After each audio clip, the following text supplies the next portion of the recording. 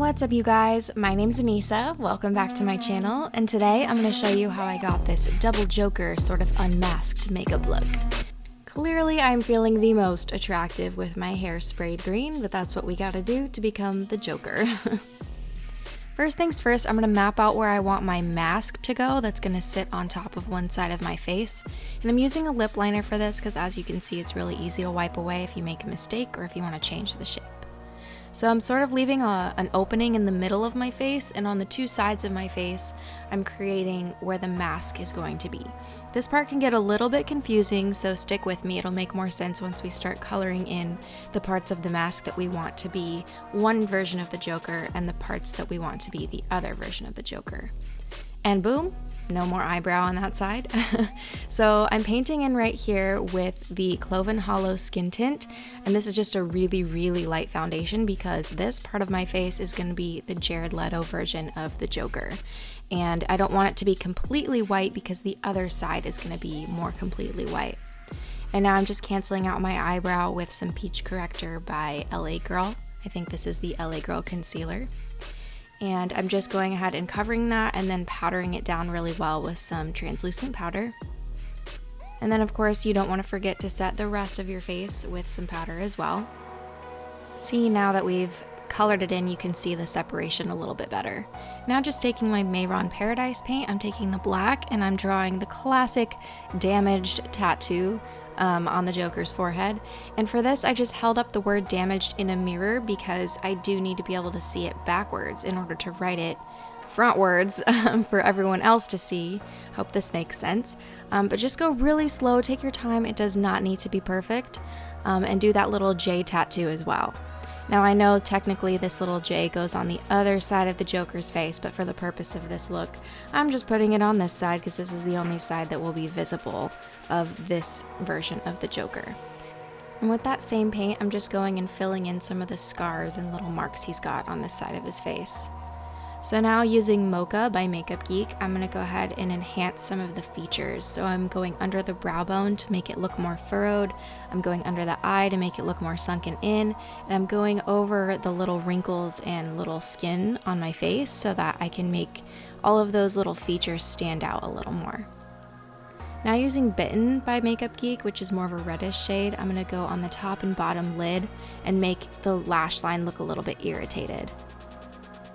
Now I'm going over with Corrupt, just a tiny little bit of this black, also by Geek, over the lid just to kind of darken the whole area. And then on the outer edges, I'm going to deposit more pigment and do like a half halo situation to darken that area. Now again, with that black paint, I'm going to go over where the edges of the mask are, right over top of where we put that lip liner earlier, just to really define those edges, because we're going to blend out in a second to make everything look really dimensional.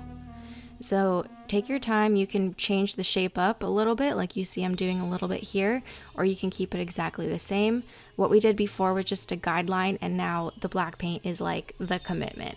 So now hopefully with the color down, you can see where we're going a little bit more with this. So going right along that edge, I'm using some of that Corrupt eyeshadow just to blend out that really harsh line. And what this is going to do is cast a shadow onto the damaged, the little Jared Leto version of our Joker, so that the other side, the mask, looks like it's sitting on top of this side, if that makes sense. So I'm just taking my time blending that out and putting that Mocha shade, the brown color, right next to that black color just to make it look as dimensional as possible. And don't forget to do it to the other side of your little mask as well.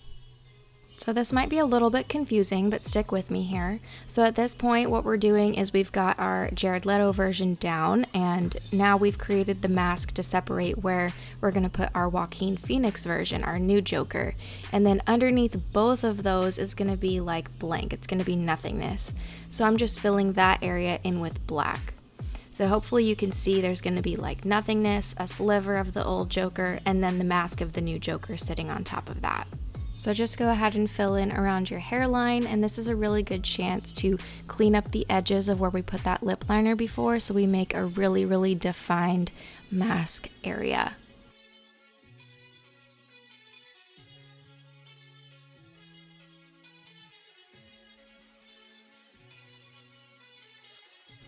So now to fill in where those blank spaces are after we filled in with the black paint, we are going to work on our Joaquin Phoenix side. So I'm taking the Snazaroo white face paint, spraying it with some water, and going ahead and stamping it onto my skin with just a white sponge. And as you can see, I'm wrinkling up my face because I want to bring out those features on this side of this mask. And for the rest, I'm just filling in with a brush.